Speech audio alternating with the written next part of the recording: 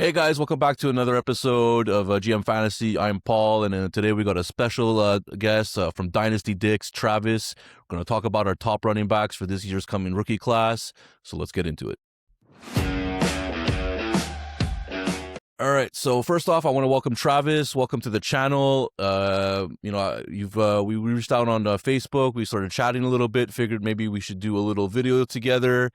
And we came up with the idea of doing our top running backs for the 2026 rookie draft class. So welcome to the channel. Maybe if you want to introduce yourself and, let people know what you do on YouTube. Yeah, thanks for having me. Very happy to be here on somebody else's show. That's nice.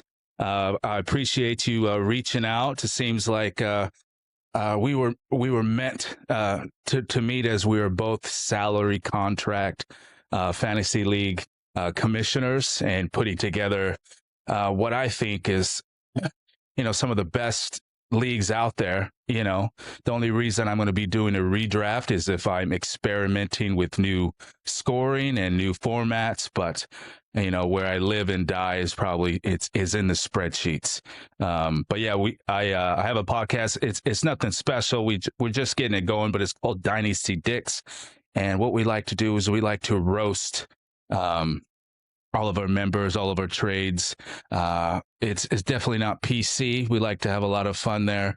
But yeah, like I said, I'm glad to be here. It is scouting, it's film room time for fantasy football, and it doesn't get any better than that in Dynasty. All right, so let's get into it right away. We'll take a look at our top three guys, and then we'll each get into a sleeper. And our first, I think we both have a consensus number one guy, and that's going to be Jeremiyah Love out of Notre Dame. This guy is electric. He's, I think, everyone's consensus number one player. I comp him to Saquon Barkley. That's who I think he reminds me the most of. He's got the speed, the size, the athleticism. He's can do it all, receiving, through the tackles. He's got a nose for the end zone. Everything I see about him, I like. I definitely think he's going to be a top 10 pick in this year's draft. Where he goes, that's a good question. A lot of team, like a lot of mock drafts right now, have him going to either Tennessee or even the Giants. Hell, someone can even trade up for him, or maybe someone trades down a couple spots to get him, maybe at the lower end of the top 10. Where do you see him going? What do you like about him? I mean, he's hands down. He's been hands down the number one back in this class for a while. He's racked up over 2,800 yards, 36 touchdowns. He's got the size. He's got the speed. Got the production.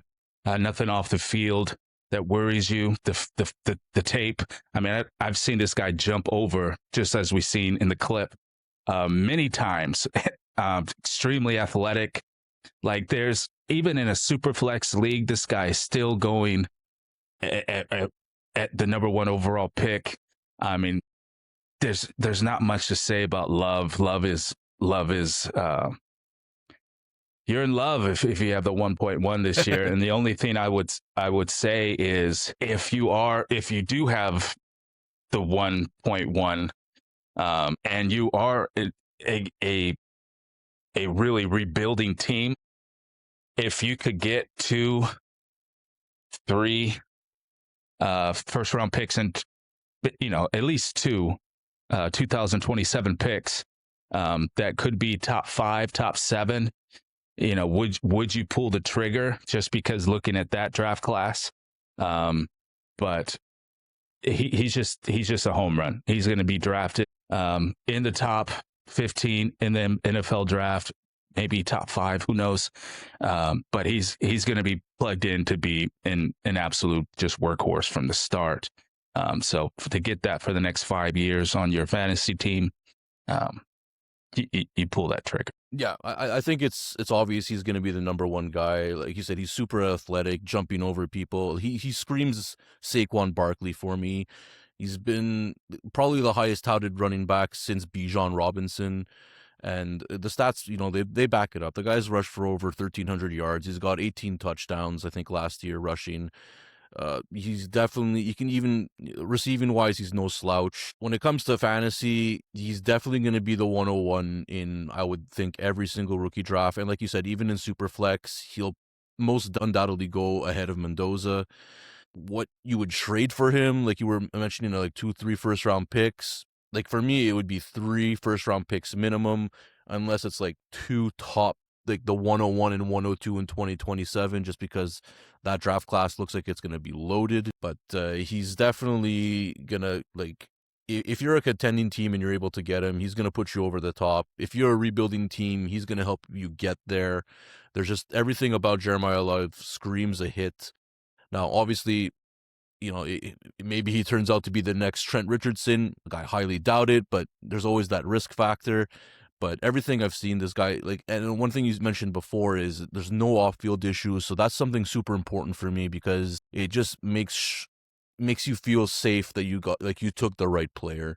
The next player that we were talking about, that it's both in our top 3, is Mike Washington, out of Arkansas, the Razorbacks. This guy at the combine had one of the best combine performances at the running back position ever. He's got the speed, he's got the size, he's got the agility, he's got the hands. Receiving wise, he's no slouch either. What do you think about Mike Washington?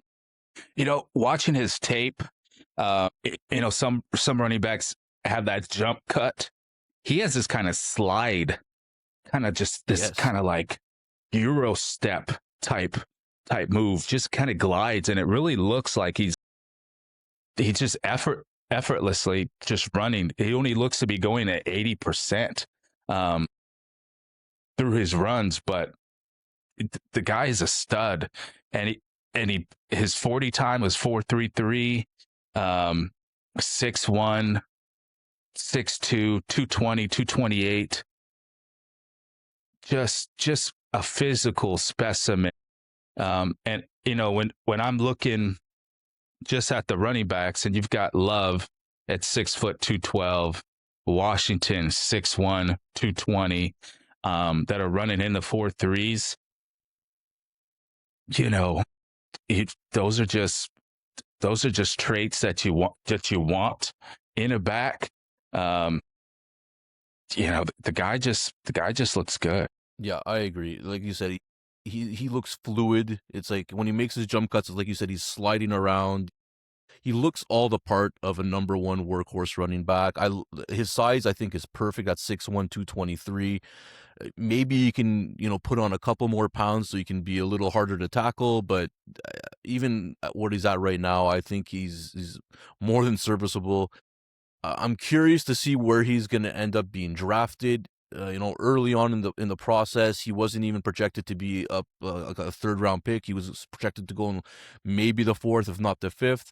But after the combine, he impressed everyone, and now he's jumping up. Reports are saying he's potentially could go an early 2nd round pick now. So he really helped himself in the combine. His 40 time was fantastic, a 4.33. His broad jump was great. His vertical jump was great. The only knock on him right now that I'm seeing is his pass protection. So if you can work on that, then you can become an all-around back. I definitely see him being at least a 2nd round pick. He for me, he gives me the vibe of like just a slightly bigger LaShawn McCoy. I think he runs very similar to his style, and obviously McCoy had a great career, so I'm thinking Washington can replicate that. Now, I don't know where he's going to go in the 2nd round. It's kind of a crapshoot who's going to maybe trade up to get him, or where maybe he falls to somebody. I'm hoping he lands somewhere like obviously with a great offense, but if he can land maybe in Dallas, that'd be good. I know they just signed Javonte Williams, but he's kind of a different type of runner. Washington's more of the explosive player, and Javonte's more of the bruiser back. So I think they can make a great 1-2 punch. Now, I don't know if they'll take him because they took Jaden Blue last year, but I think Mike Washington is far and above better than Jaden Blue. Where do you think he ends up going? Like, what's your dream landing spot for him? The dream landing spot, I guess, would be the Seattle Seahawks, trading back from the 32 overall to somebody maybe coming up to get Ty Simpson, and they can drop back in the 2nd and pick up a 4th and something down the line, and he goes to Seattle. whoever goes to Seattle, I think, is going to be rising up these draft boards, and I think it might be one of these guys that we might be talking about today. He looks good, and he looks Yeah. effortlessly running. Doesn't look like he's, some runners look like they're running really hard, like a Pacheco style. Yes. Yeah, exactly. He just runs. It looks like he's not even trying.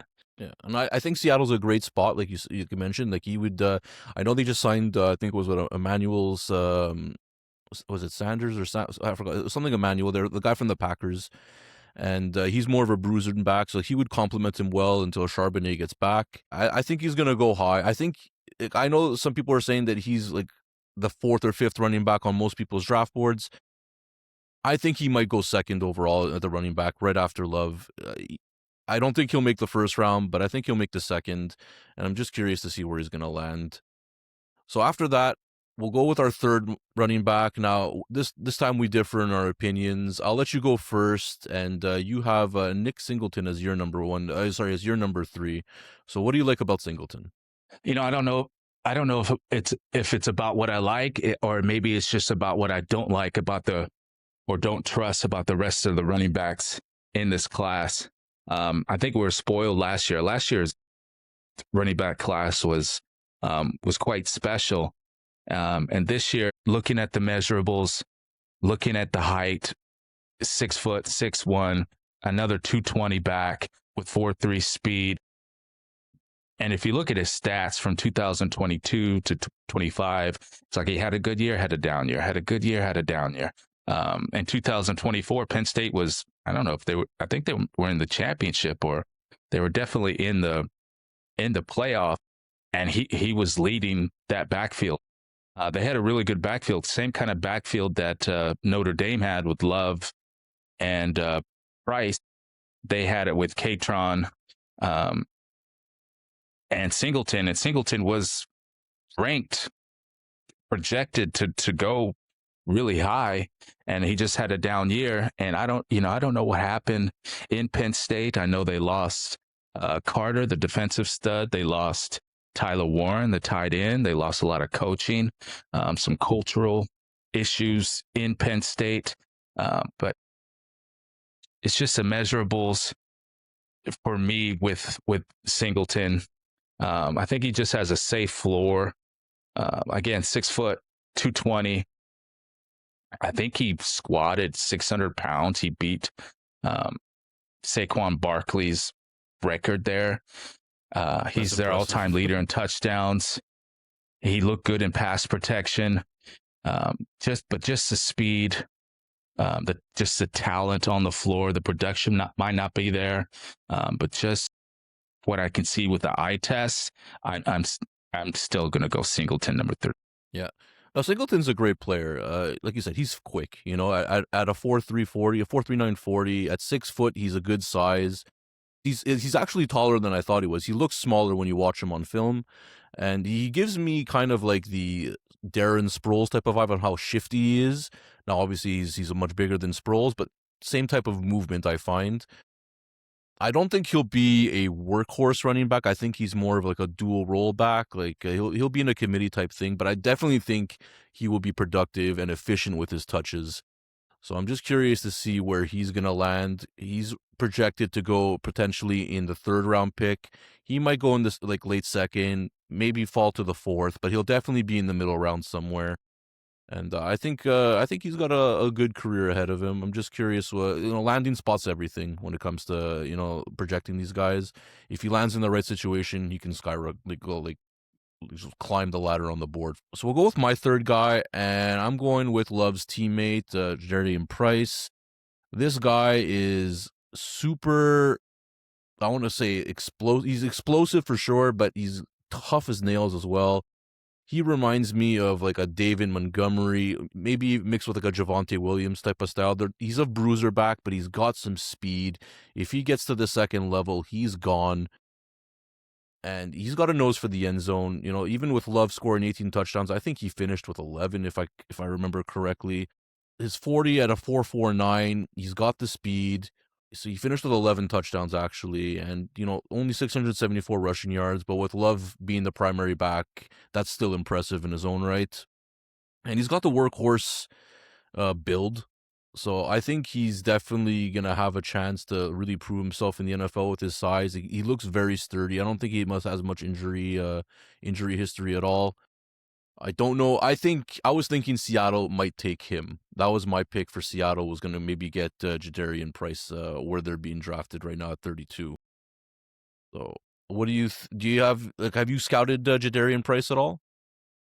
Yes. And I think I would have put him in my number 3, but I just did it just to be different than you. But I like Price. I think there's some untapped traits with Price. I think he was kind of, like you mentioned, he was overshadowed. He stuck it out, being Love's backup for the last couple years. But I think he can catch the ball. I think he can pass protect. He's definitely strong, and he makes quick decisions. I love his vision. He just plays winning football. Nothing too flashy, but just consistent. But I think there's some untapped receiving chops there that you can look at Melvin Gordon, and never caught the ball in college, and then was catching balls in the NFL. Even JT, he didn't catch that many balls, but he's caught some balls in college. He's not going to catch you 90. This isn't Bijan or CMC, but his vision, and he was returning kicks, and he returned a couple for 100 yards.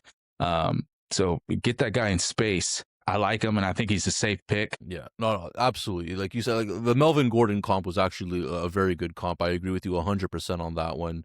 And I agree too. His vision is amazing. He's got great balance. This guy bounces off of people and just keeps going. He doesn't fall over. And if he does fall over, he's falling forward, not backwards. And a great point as well when you mentioned his returning capability. He brought some big runs back, so he can definitely help in the special teams wherever he ends up being drafted. So Jadarian Price, I think, is going to be a great running back. I'm just curious where he's going to land. That'll definitely decide if he's going to be a first-round pick in rookie drafts or maybe a second-round pick, because the wide receiver core in this year's draft class is just super stacked. So after Love, I just see a bunch of wide receivers and maybe Sadiq going in the first round. But if Price gets a good landing spot, I think he can get to the end of the first round. Looking at those mock drafts, you only see one running back, and maybe Price. But I think that's going to change. I think you're going to see 2 running backs jump into the first round, at least, of rookie drafts once we see landing spots. And just to mention on something on Price, like just looking at his combine tape, that guy's, whatever these are, the guy looks like he's wearing pads and a t-shirt. He is strong. He is built. So I'm excited for him. Yeah, no, I definitely think Price is going to be a great running back. Everyone was saying this running back class was weak. I don't know, man. Like there's a good, like I want to say there's a good 4 or 5 running backs that can really produce if given in the right opportunity and the right landing spot. I don't think it's as weak as people are saying. And after the NFL draft, I'm predicting there's going to be at least 2 to 3 running backs going in the first round of the rookie drafts. So we'll look at we each have a sleeper. I'll let you go first. Yours is Seth McGowan coming out of Kentucky. What do you like about Seth McGowan? Why is he a sleeper for you? Seth, he's another big back, right? 6 foot, 230. He ran a 4.49, 40. And this guy has gotten into some trouble. He started off at Oklahoma in 2020, and then I think he went to prison, or he went to jail. He was, and then he worked his way back. He went to New Mexico State, and then been able to transfer to UK. He reminds. I think this guy reminds me, of Marion Barber. I'm just going to say Marion Barber. He's jerky when you watch him. He's jerky. He's strong. He runs forward. Like he's breaking tackles. Um, I believe I had this guy on my fantasy team for college football. That's why I remember him, and he was producing. I like McGowan. It's Well, explosive. he's definitely explosive. I think the main concern for me is maybe his off the field thing, like, and that's probably why he'll be more of like a fifth or sixth round pick in the actual NFL draft. You know, teams are gonna take that into consideration. It's gonna put him down their boards. But if he can stay clean and and like just stay true, then he can definitely have a great career in the NFL. Marion Barber's a good comp. He might be a little bit smaller, but they play the same type of style.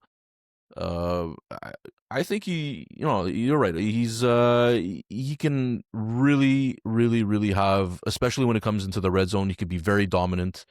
So I'm just curious who's going to take a chance on him, and will he give him the opportunity? Will he be just a backup, a career backup? But if he gets the opportunity, he has potential to be like a real sleeper. So next up, we'll go with my guy, and I got Adam Randall as my sleeper, and I know him. He's going right now in rookie drafts, like closer to like the fourth round, maybe like a fifth round pick, and then in the actual NFL, he's projected to maybe be a sixth or seventh round pick, at best maybe a fifth round pick.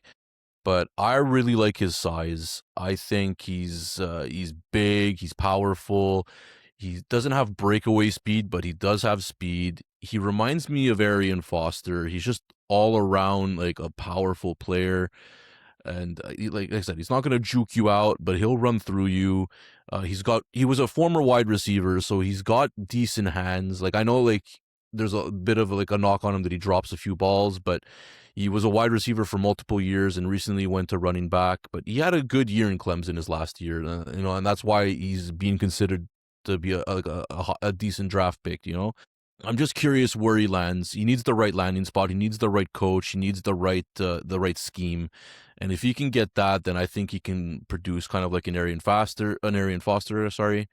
I'm hoping he lands maybe like in Oakland and he can be a 1-2 punch with Genty. Now, I'm sure Genty will get the majority of the carries, but I think Randall can be very efficient with maybe like a 30% share of the touches. Have you scouted Randall at all? Does he do anything for you, or is he just like fodder for the end of the draft? I have not scouted Randall yet. I have not seen Randall. This is the first time I'm seeing him as far as tape. It looks to be good, but I really do not have an opinion on Randall. It looks like he can return some kicks too. Yeah, I know he's a returner. Like he's an all-purpose player. He has a lot of all-purpose yards, all-purpose touchdowns as well. He's I wouldn't say a gadget player, but he does a lot of gadget type plays. But he's just really built strong, and that's why I like him. So I'm just curious where he's gonna land, and I know I'm gonna be targeting him late in my rookie drafts, hoping that I could just have him on my bench, and then maybe he gets into like an injury happens, and then he can really start performing and give me some value there. So Yeah, in the that's my past guy. couple of years, we've had a couple of guys come out that were used to be wide receivers, switching to running back. The one guy I'm trying to remember his name. Last year we had Brashard Smith, and the year before, well, a couple of years before, he was a running back that went to the Commanders. That was recently on the Patriots. Antonio Gibson. Antonio Gibson, big 6'6", 6'1", 220. Yeah. That's a good comp. Antonio Gibson, I think, is a great comp. Like kind of like the same path. Started as a wide receiver, ended up being a running back. They're similar in size. They'll probably have similar draft capital, and so like I think what Gibson's probably a better comp. Arian Foster's probably more of like if he really pans out, he can get to that point, but he's probably more of an Antonio Gibson. So those are going to be our guys. I think we went over enough stats and enough oversight of what we think these guys can become, where they should land, and what kind of like, comps they are. We're contract league guys. We love that format, and you guys you have your own leagues, and I was curious. You shared your PDF file with me with some of the rules and how it works. Do you want to explain maybe to the viewers how your leagues work and how your format's different from maybe some other formats? With my salary league, it's kind of an infusion of all the other major sports, whether that be baseball, basketball, all into one. And what I mean by that is I have a lottery for the draft picks, so you just can't tank to get 1.01. And what I found in many years of playing fantasy, if you're not in it, you're not paying attention and you don't care. So a lot of owners might quit halfway through the season because they know they're going to suck and they might set their lineups, but that's it. So with my leagues, I've added it's essentially a 2-copy league. So it's essentially 2 leagues in one. So you have one division of 14 teams, another division of 14 teams. They have their own season, their own playoffs, their own payouts. And then the champions of those divisions go into what we call the Mega Bowl or the Mega Series or the Mega Finals for basketball. And that's when you can get paid $700-800 for winning the main thing with only a $60 entry fee. So, but 10 teams make the playoffs on each side. Top 6 are in the playoffs, just like NBA, with the play-in 7 through 10. So if that's the wild card week, if you win, you're in the playoffs. If you lose, you fall down to the lotto bracket. Now, the lotto bracket, if you're the worst place, you're the worst finishing team, you automatically get 5 balls in the lotto, automatically just for sucking. And then 13th gets 4 balls, and the 12th gets 3 balls, automatically just for sucking. Now, the 2 teams that fall, if they lose, they fall into the bracket. They might not have any lotto balls yet, but if you win that lotto bracket, the toilet bowl, so to speak, you will win more balls. So there's always something to play for in my league, which is cool. The lottery's fun. And with these salary contract leagues, these startup drafts, they're not like any other draft that you've played. If you're drafting by ADP, like you're probably not going to do well. Just because, like, for instance, in the baseball league, at 6 overall went Connor Griffin. He hasn't even played a game yet, but he was $2 million, right? And you're going to get Connor Griffin at $2 million for the next 3 years, because in my leagues, there's only one. Every contract's for 3 years. The 3rd year is not guaranteed. And then during the 2nd year, there's a team option to extend. And some owners don't like that. So why can't I just wait to the 3rd year, at the end of the 3rd year, to decide if I want to extend? Well, I mean, that's pretty easy. That's really easy to decide if I want to keep this guy or not. But in the middle of the 2nd year, you have to decide, do I want to keep this guy for year 4, 5, and 6? So there's a lot more decision making. I mean, I don't know. There's no other way I play fantasy in my leagues. If you played Madden or 2K or the show, I've always did fantasy drafts and then simulated the whole season. Check box scores, check my stats, draft, simulate the season, and then get to the draft, control the numbers. But yeah, there's always something to play for. It's a fun league, And like going back to talking about drafting in these salary contract leagues, like, are you going to take CMC in the first round? Let's say, $30 million and you got a $300 million cap, like, or are you going to take Jeremiyah Love at $6 million? It's kind of like, yeah, I'm going to take that's a big Jeremiyah decision Love. to make. That's a big decision to make, like you're going for the potential of what Jeremiyah Love could be at a huge discount to, the expensive what CMC is going to produce. So like that's interesting. That's a cool concept. Like in my leagues, we have a bidding system. So like you nominate a player, and then all the teams start bidding on the player. So his price is whatever the league values him at, which is what I like my style, because it goes for the true value, I find. But your way of doing it, that's an interesting way of doing it as well. That's what I love about contract leagues. There's so many different ways to go about it. The formats are all different, and you can play in a bunch of different ones, and do a fusion type of thing like you did, and find the best way to all put it together. So that's why I love contract leagues. Yours sound really cool. I love your lottery ball system. I think that's a great system. Keeps people engaged. So I might implement that in some of my leagues, to be honest. The lottery's cool. And another thing about the auction, our startup isn't an auction. The site will generate the salaries based on the scoring, the production, the projections. But in the off season, we have an auction draft. So if there's a free agent and you want to bid on them, it's going once, going twice.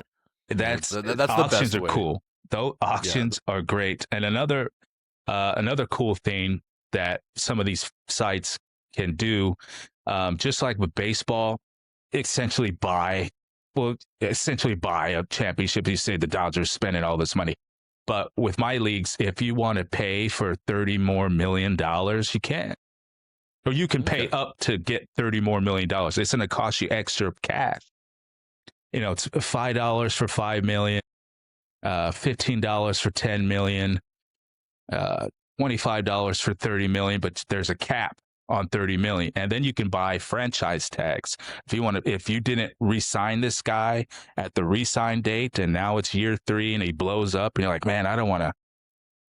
You can pay for a franchise tag. So that money goes in, and just like all the extra luxury tax money that is in that Major League Baseball, all that extra money from the Dodgers, the Mets, the Yankees, that these guys are paying into the luxury tax, that goes back to the players. It goes back to their retirement funds, something along those lines. But with our league, it's spread out through the top. I think the top 6 teams in all the divisions. So that money just spread out equally. So that money, it's cool. Like, do you want to pay for extra $300 million? Well, all right, we'll pay $40 and you've got some extra million. Yeah. That's an interesting wrinkle for a fantasy league. Like, I haven't, that's the first time I heard of a kind of like a pay to win, pay for a little extra privilege, I guess you can call it. But that's interesting. I haven't heard of a league like that. I'm going to have to look into something like that. Yeah, that's pretty cool. It's fun, but there's a cap. You can't just spend. You can't just go like forever. The Dodgers. Yeah. Okay. All right, that's pretty cool. All right, Travis, well, thanks a lot for stopping by. That was, a great episode. Dove into the top running backs. You gave a little insight into what your contract leagues are like for all the sports. You had some really interesting concepts there that I've never heard of before. So if you guys are interested, you guys can reach out to me, or maybe reach out to Travis. I'll put it in the description below, maybe a way you guys can reach out to us. And if you guys are interested in getting one of these leagues or starting one of your own, reach out to us. We'll be more than happy to help. And in our next episode, I think we're going to do our top wide receivers coming into the 2026 draft class. So stay tuned for that, guys, and we'll catch you guys in the next one. All right, guys. Well, I hope you enjoyed that episode. I just wanted to remind you of the free contest still going on the channel. It's a free $50 entry into the next contract league on League Tycoon. Super simple to enter. All you're going to have to do is like the video, subscribe to the channel, put the word subscribed in the comments section. You're then going to send a screenshot of that to me on my Gmail account or my X account. I'll get back to you, letting you know you've been entered into the contest, and then we'll have a draw on August 1st to determine the lucky winner. And guys, if we get to 1,000 subscribers by August 1st, I will sponsor an entire league. So we'll have 9 lucky winners, plus myself in a 10-man league. So don't miss your chance, guys, and I'll see you guys in the next one. Cheers.